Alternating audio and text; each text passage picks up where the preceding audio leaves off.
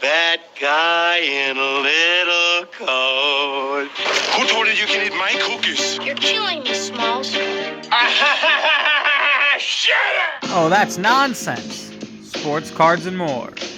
Rick Probstein of Probstein Auctions decided to convert his 31 PSA 10 Michael Jordan rookie cards to Beckett to try to hit one BGS Black Label. There are only 6 in that pop count and not one for 10 years. This leaves 2 questions. 1, why would somebody do that? And 2, who is Rick Probstein? Let's tackle question 1 first. There are only 6 Beckett BGS 10 Black Label rookie cards of Michael Jordan, and it's last sold for $94,000 back in 2015. Card Ladder has this thing valued at just under $1 million if sold today.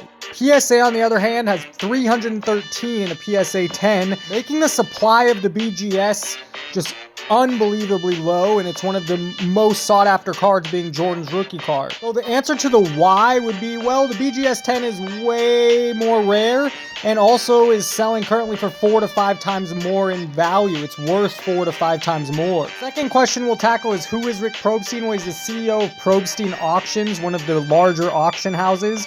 Rick Probstein is the CEO of Probstein Auctions, a 35-person company based in New Jersey. He's known by the monikers of Probstein123 or just P123. He's the largest dealer of sports collectibles on eBay. It also needs to be noted that Probstein gets a lot of hate on the internet for shill bidding, whether it's true or untrue. As for the conclusion of the story, stick around to the end of the video. We'll watch together to see the conclusion, and I'll give you my takes on what I think about it.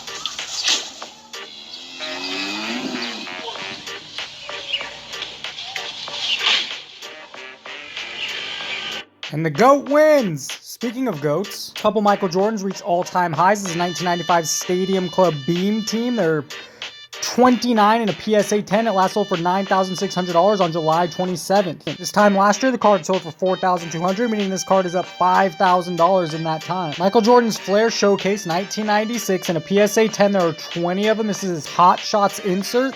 It sold for $26,000 on July 26th. Back in 2019, it only sold for $3,700, meaning this card has gained $22,000 since then. Following up from a previous story on this Arch Manning Prism, it's a 1 of 1 and it sold for $103,000. It's autographed, his first Prism autograph card, and it's a 1 of 1. Will this kid be the real deal, the next Peyton Manning? I guess we'll be able to find out in the next few years. On the left is Jalen Hurts on his phone, but on the right, it's Jalen Hurts' home screen, or his screensaver to his phone, and it's him losing the Super Bowl to the Kansas City Chiefs with the red confetti coming down, and it kind of makes me like Hurts a little bit more. All-time NFL leader in sacks is Bruce Smith with exactly 200. He beat out Reggie White by just 2 sacks, and no one else is really even close. You can get Bruce Smith's rookie card in a PSA 7 for just $20.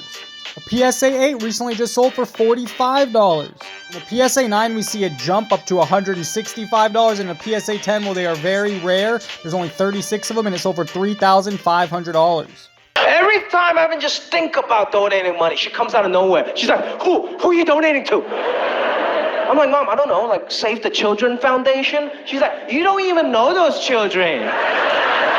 Children can be horrible.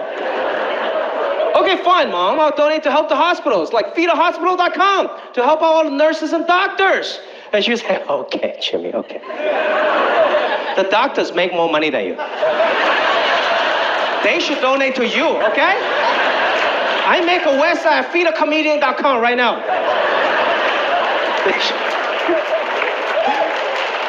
She just guilt trips me, you know? You donate to anyone, you donate to me.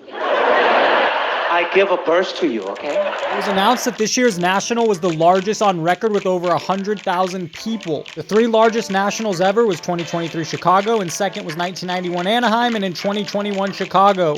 Now take it back to Anaheim, I bet they would break the record again. Awesome for the hobby, definitely not what I was expecting, but was hoping for. We're just going to take a look at some photos and comments throughout the National. You can see it was very, very busy. It was a blast, hot as hell, but a great time seeing stuff I'd never be able to see on my own. Meeting lots of friends and the meals. I'm still full. Definitely worth the trip just to see friends. This was my 20th National. I actually felt lost like a first time in the first day. All that new area, so many corporate booths. You said it right. It felt like a trade show in Vegas in parts of the building, but eventually I figured it out and found some good stuff. As someone who's been going to the National for a long time now, I can say it was one of the worst ones in recent memory from a shoppability point of view. The show was definitely taking a major turn towards younger, newer collectors and is much more of a trade show than a place to buy. Trade nights make the National worth it. All of my deals this year were made from trade nights. Dealers will pay at 70% comps and sell at 120%. They'll have to compete against more and more trade nights as they become bigger and bigger every year. What's the difference between me and you? In the card game, we're all so different. But we all share the love for the same thing. Some possible deals: the Wolverine 1990 Impel. This is PSA 10. The price has just continued to fall. Currently, you can score this PSA 10 for just $60. Randy Arozarena 2020 Topps Chrome Pink Refractor. This is a PSA 9 rookie card. It's selling for $25. Kobe Bryant rookie card, my guy, 1996 PSA 9. This is his Hoops rookie card, selling for $53. This card was going for $63 all last month. Jerry Rice 1986 rookie cards, a PSA 7. It's currently selling for $90, and this might be the GOAT when it comes to NFL football. It's not even close. MVP Baseball 2005 was the best baseball video game of all time, and it is crazy and kind of sad that that's Sammy Sosa. Alright, it's a report that Justin Fields and Sam Howell, both quarterbacks, rejected the Netflix show Quarterback. Did you watch season 1 and did you like it? I think I got 2 episodes in and haven't gotten back yet. Over the next 60 seconds or so, I want to dive into Topps and go through what is an SP short print, super short print. It's hard to tell, and I think it confuses many people. And it is a bit semi-ridiculous. The base card down at the bottom, it would end in 543. However, if you have an SP variation, it's going to end in a different number depending on the set and the year. So here's a different set. Again, you'd still look at the bottom for the code, and depending on what that code is for that year, again, the base would be 395 here. The Ultra variation, 418. Some of the newer product lists SSP super short print at top, and all these cards should be doing that to make it easier on us. Let's take a moment to read this together. Typically, any given Topps flagship release in the last decade, Series 1, 2 update, has anywhere between 50 to 100 different variations. Within that, there's a tiered approach of varying degrees of short print variation, super short print. SPs are normally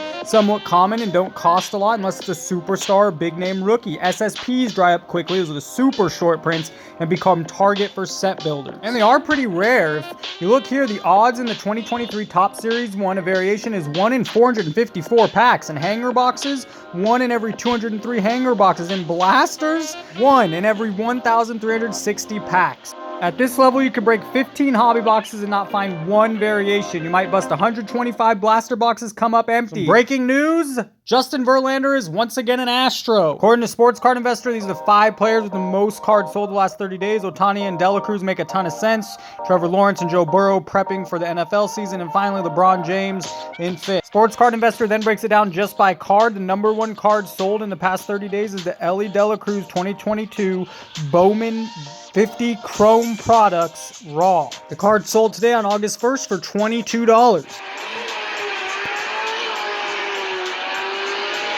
Life doesn't always go according to plan. That's why they made sports cards.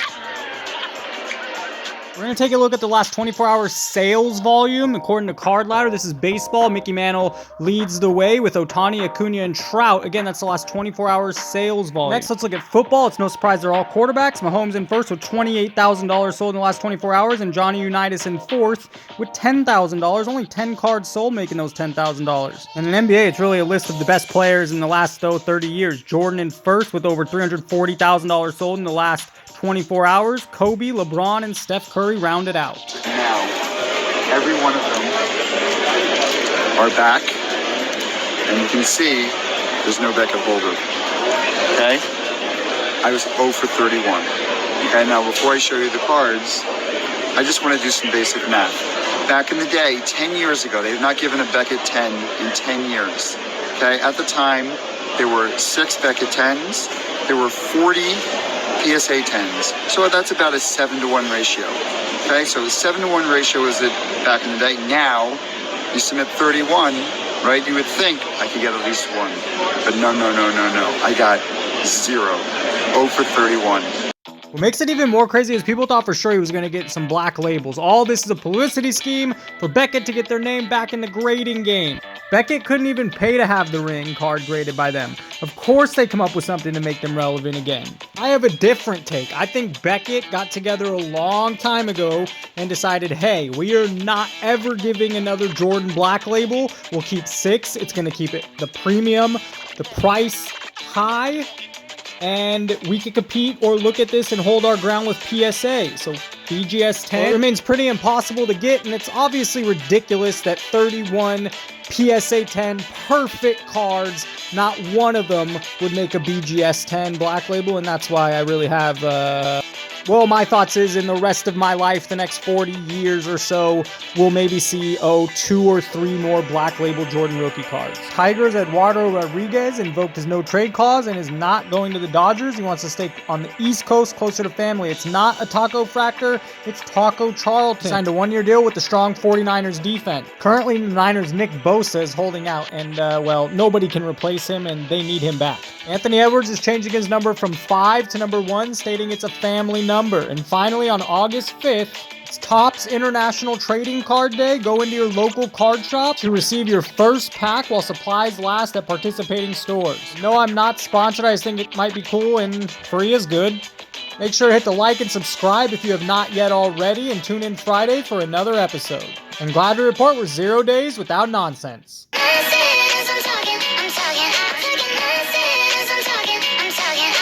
What up, everybody? This is Robert Ory, aka Big Shot Bob, and you're watching Professional Sports Cards.